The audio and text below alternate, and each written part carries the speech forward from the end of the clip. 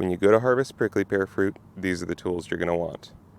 First, a set of gloves, a knife, a pair of tongs, and a bucket partway filled with water. Reason for the gloves, of course, is the thorns, but they're not the thorns that you might think. When you look at a prickly pear, you might think that you're concerned about these big, nasty white thorns, but really, the devils are these yellow ones. Those tiny little hairs are called glockids, and they stick in your fingers, and you won't even know that they're there until you brush your hand on something, and then all of a sudden they'll hit a nerve, and they will hurt, and they are very difficult to get out. If you do get them in your hand, duct tape is an excellent tool because they can be really hard to see to grab with tweezers. So get yourself a pair of gloves. You don't want to grab them with your hands.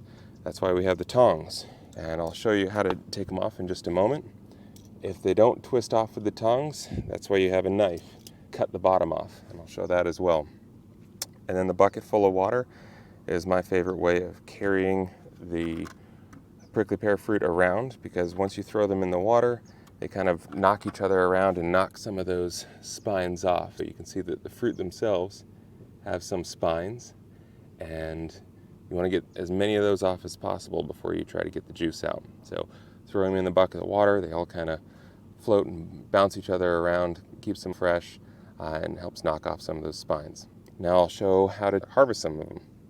Alright, so I've got the camera on a tripod now so that I can show with both hands how to do this. First, I'm going to just take this guy, grab it gently with the tongs, and twist. And when you twist, it should pop right off, just like that. And now we've got a prickly pear fruit. I'll throw in the bucket. If they don't happen to come off easily, what you can do is take a knife and gently cut the bottom.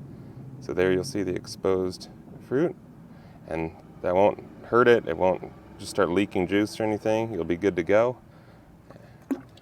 And just like that, you can start harvesting prickly pear fruit.